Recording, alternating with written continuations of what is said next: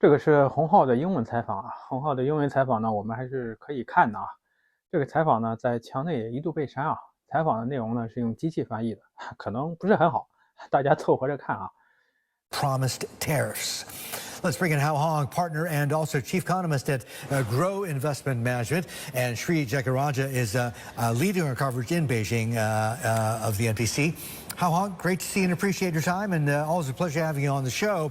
What are you expecting out from the NPC, excuse me, and is it going to account for the eventuality of an extra 10% tariffs layered on China by the U.S.? Yeah, thanks for having me. It's the most important political events of the year. I think most of us are looking for 5% GDP growth, which is no surprise at all. 2% CPI target, which is the lowest in more than 10 years.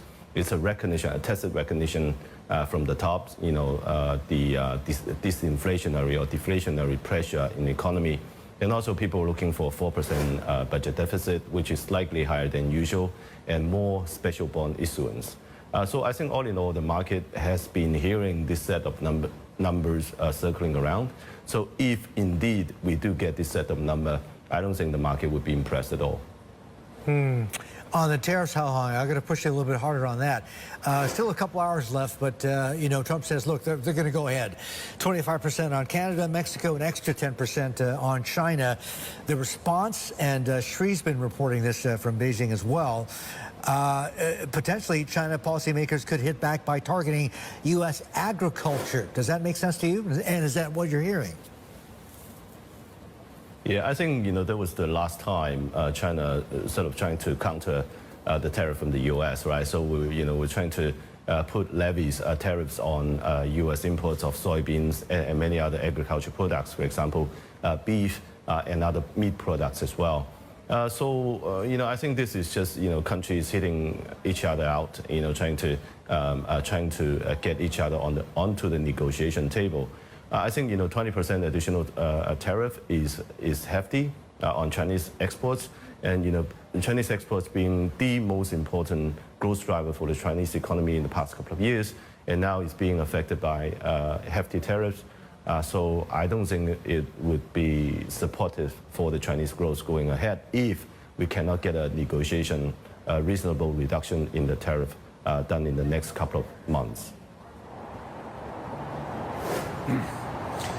How is it really all gloom and doom, though, heading into this MPC? Because it does feel like investor sentiment towards China amongst foreign investors and amongst local investors seems to have turned after the DeepSeek effect, after the symposium with the China tech leaders.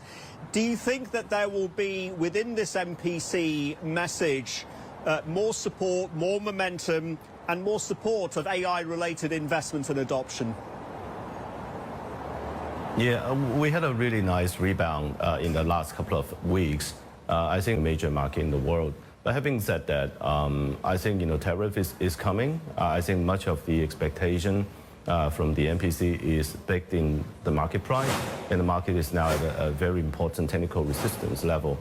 So more needs to be done. For example, recently we're seeing signals from the top, to support the private enterprises, which has been doing quite poorly in the past couple of years, because of COVID and also because of the lack of confidence. The private enterprise has been rather reluctant to put money to reinvest into the economy, and this is 60% of the Chinese GDP and also 70% of Chinese employment, so which is a very, very important sector. So we're seeing increasing support from the top, and also a policy announcement from the PBOC as well, trying to support them financially, give them lower cost interest loans, for example. So these are all very good, right? So it's supporting the market sentiment for now. But I think, going forward, tariff is going to impact Chinese exports, which is the important growth driver for Chinese economy. And also it's going to affect the Chinese currency. So it will limit the monetary easing room for the PBOC, in order to defend the Chinese yuan. You can't cut your interest rate too much. So that's going to limit the stimulus effect from monetary side. So we need to do more, substantially more, on the physical side, to get the growth to 5% target this year. Is it a stretch then, Hao Hong, to say or to expect animal spirits to be released because of this policy to support the tech industry and to support AI-related adoption? Is it a stretch to say that this is enough to really build a moat around the Chinese economy to protect and mitigate the impact from tariffs? And is this an opportunity then to increase exposure to Baidu, Ali and Tencent? Yeah, I think, sentiment can be fleeting, right? So it comes and goes quite quickly. So last a couple of weeks, we've seen the sentiment rally, it's inspired by DeepSeek movement. It shows, a way to do AI with substantially less cost and less GPUs, which is very, very good. But I think having said that, because the fleeting nature of the sentiment, more policies, needs to be done to be seen. I think right now, people gradually realize that, the support for the private enterprises and also bigger investment into the tech sector is real, and that is one of the reasons why the tech sector has been rallying the hardest amongst all the sectors in the market. But I think right now it's really the mainland Chinese money that is flowing down south to Hong Kong to buy up all these shares, because many of the technology names are not available in the Asian market. So it's benefiting from the southbound flows. But in terms of international investors coming back to this part of the world, I think more needs to be done. So ultimately, it sounds like the authorities here are going to keep their powder dry until it becomes clearer as to what the end game is here with the trade war 2.0, if it does come to that. So what does that imply then, Hao Hong, in terms of rate cuts, in terms of stimulus? And are we only really going to see that in the second half of the year?